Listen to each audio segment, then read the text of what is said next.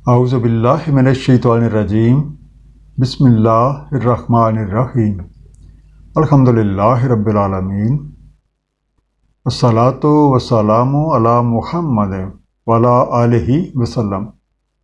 انشاءاللہ آج ہم سورہ یونس کے 11ویں رکوع کا مطالعہ کریں گے۔ یہ سورہ کا آخری رکوع ہے۔ اس پچھلے رکوع کا خاتمہ اس بات پہ ہوا تھا کہ رسولوں کے ذمے پیغام حق کو اللہ کے بندوں تک پہنچا دینا ہے۔ اب اس پیغام پر عمل کرنا یا نہ کرنا ہر کسی کی اپنی ثوابدید ہے، اور جب کبھی قوموں کے برے اعمال ایک حد سے بڑھ جاتے ہیں تو قانون ربی کے مطابق اس قوم پہ عذاب کا فیصلہ ہو جاتا ہے۔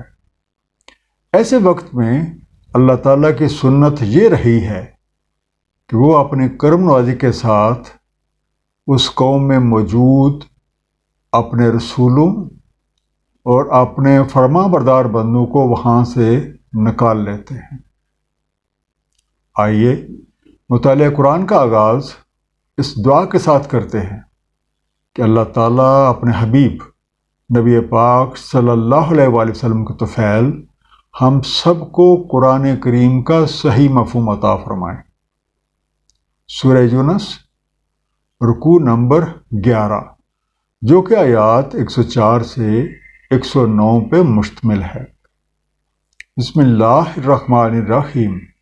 قل یا ایھا الناس ان کنتم فی شک من دینی، کہہ دیں اے لوگو اگر تم شک میں ہو میرے دین سے، فلا اعبد الذین تعبدون من دون اللہ، پس میں نہیں بندگی کرتا جن کی تم بندگی کرتے ہو اللہ تعالیٰ کے علاوہ، ولیکن اعبد اللہ الذی یتوفاکم، لیکن میں بندگی کرتا ہوں اللہ تعالیٰ کی جو تمہیں وفات دیتا ہے۔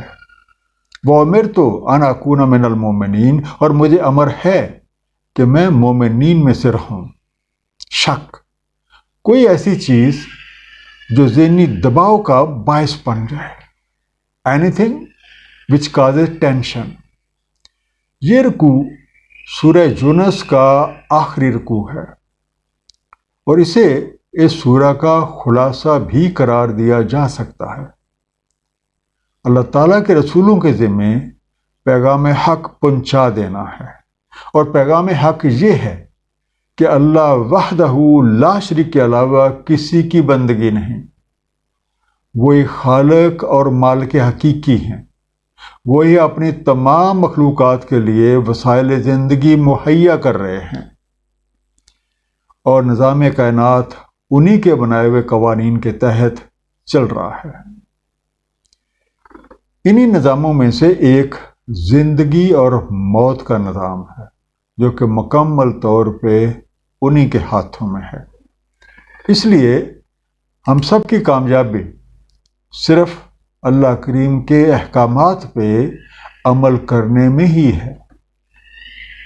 اللہ تعالیٰ کے رسول اللہ کے دین کے داعی ہیں، اور اللہ کے دین سے بڑھ کے کس کا دین ہو سکتا ہے؟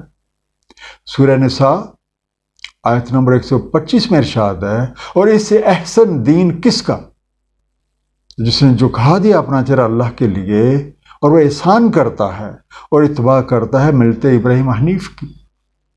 کسی کے شک کرنے کی وجہ سے اللہ تعالیٰ کے پیغمبروں کے یقین پہ کوئی فرق نہیں پڑتا۔ ان شک کرنے والوں کو چاہیے کہ تھوڑی دیر کے لیے ایک غیر جانبدارانہ انداز میں نظام کائنات پہ اور خود اپنی ذات پہ تفکر تو کر کے دیکھیں، کیا اللہ تعالیٰ کے علاوہ کوئی ایسی ہستی ہے جسے بندگی کا حقدار قرار دیا جا سکے؟ وَأَنْ أَقِمْ وَجْهَكَ لِلدِّينِ حَنِيفًا، اور یہ کہ قائم رکھو اپنا رخ دین کے لیے حنیف ہو کر، وَلَا تَكُونَنَّ مِنَ الْمُشْرِكِينَ، اور نہ ہو جانا مشرکین میں سے، حنیفاً یکسو، سب کو چھوڑ کے صرف ایک ہی۔ Resolute, focused. اللہ تعالیٰ کے رسول خود بھی اللہ کے دین پہ عمل کرتے ہیں اور دوسروں کو بھی اسی پہ عمل پیرا ہونے کی تعلیم دیتے ہیں، کیونکہ سب لوگوں کی بھلائی اس دین پہ عمل کرنے میں ہے۔ سورہ بینہ آیت نمبر 5 میں ارشاد ہے، اور نہیں انہیں امر دیا گیا مگر یہ کہ وہ بندگی کریں اللہ تعالیٰ کی خالص اسی کے دین کی، یکسو ہو کے، اور قائم رکھیں صلاۃ اور نظام زکوٰۃ۔ یہی ہے دین قائم رکھنے کا۔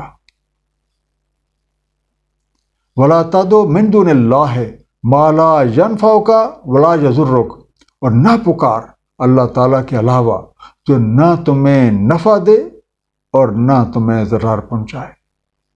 فَإِنْ فَعَلْتَ فَإِنَّكَ إِذًا مِنَ الظَّالِمِينَ، بس اگر تم نے کیا تو یقیناً تم بھی ہوگے ظالموں میں سے۔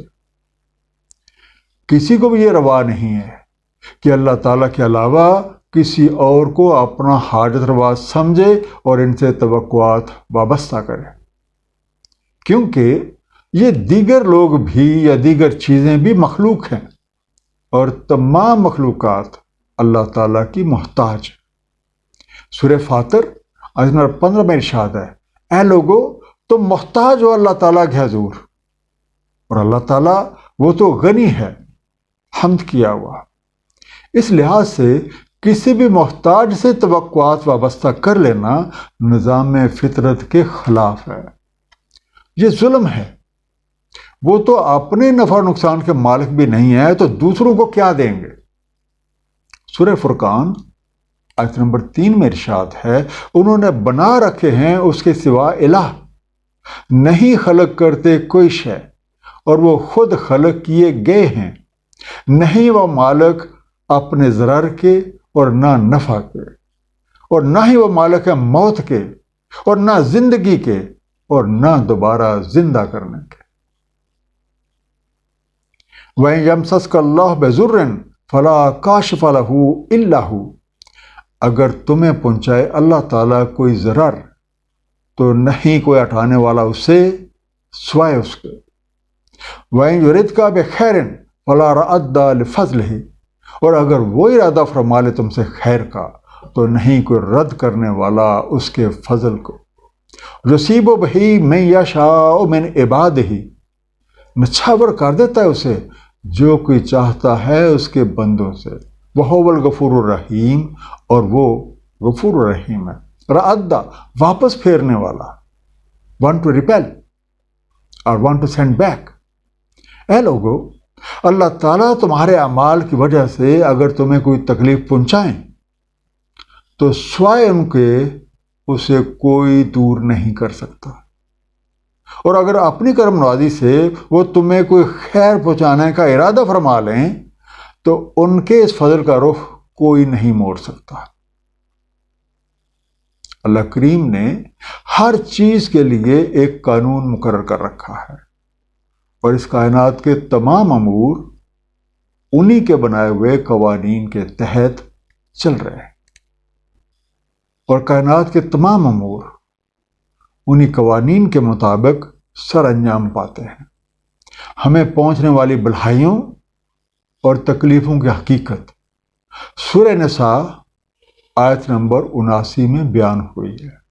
جو پہنچتی ہے تمہیں کوئی بھلائی تو اللہ تعالیٰ کی طرف سے ہے، اور جو تمہیں پہنچتی ہے کوئی برائی تو تمہارے نفس کی طرف سے ہے۔ اس لیے بہتر طرز عمل اپنے اعمال کا محاسبہ کرنا اور اللہ تعالیٰ سے اپنی لغزشوں اور کوتاہیوں کی معافی اور تلافی کرتے رہنا ہے۔ قُلْ يَا أَيُّهَا النَّاسُ قَدْ جَاءَكُمُ الْحَقُّ مِن رَبِّكُمْ، کہہ دیں اے لوگو، تحقیق آ چکا ہے تمہارے پاس حق تمہارے رب کی طرف سے۔ فَمَنِ اهْتَدَىٰ فَإِنَّمَا يَهْتَدِي لِنَفْسِهِ، تو جو کوئی ہدایت پائے تو دراصل وہ ہدایت پاتا ہے اپنے ہی لیے۔ وَمَنْ ضَلَّ فَإِنَّمَا يَضِلُّ عَلَيْهَا، اور جو کوئی بھٹکا رہے تو دراصل اس کا بھٹکنا اسی پہ ہے۔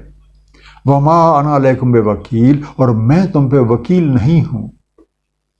اے داعی حق، ان لوگوں سے کہہ دیں کہ تمہارے پاس تمہارے رب کی طرف سے حق پہنچ چکا ہے۔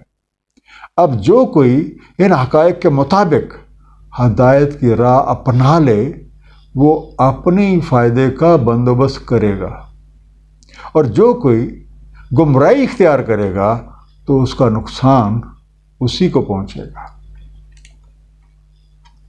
ہر کسی کو یہ حقیقت معلوم ہونی چاہیے کہ اللہ کے پیغمبروں کے ذمے صرف حق بات پہنچا دینا ہے، اسے قبول کرنا یا قبول نہ کرنے کی ثوابدید ہر کسی کے پاس ہے۔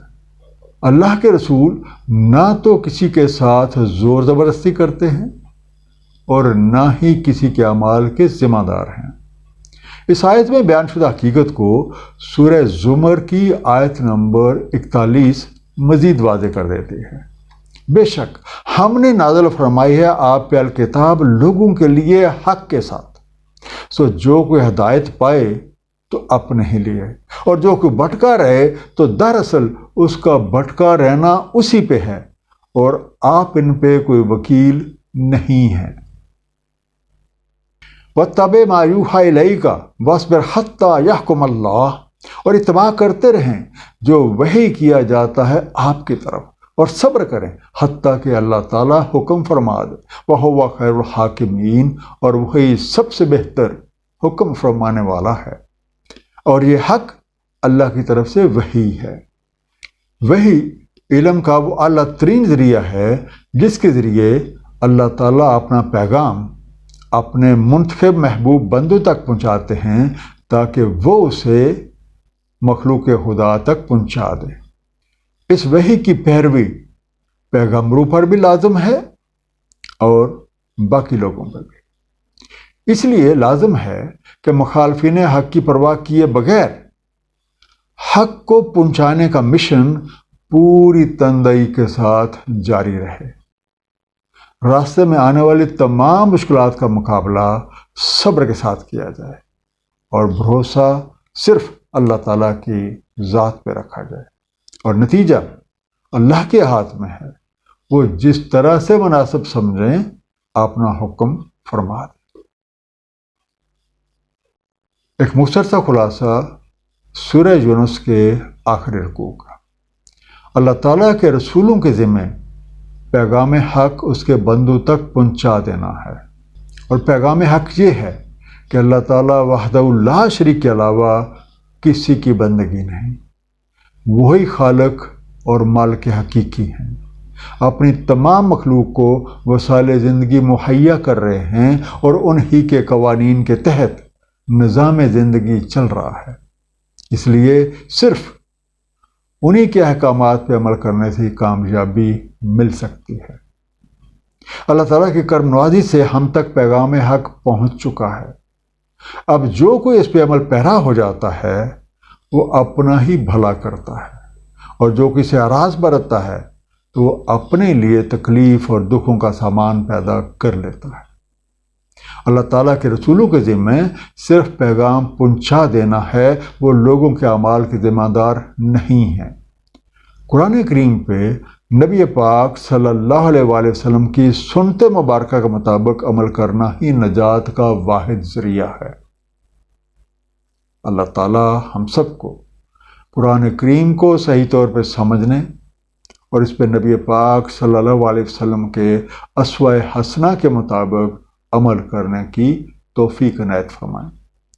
صدق اللہ العلی العظیم، صلی اللہ تعالی علی حبیبہ محمد وآلہ وسلم۔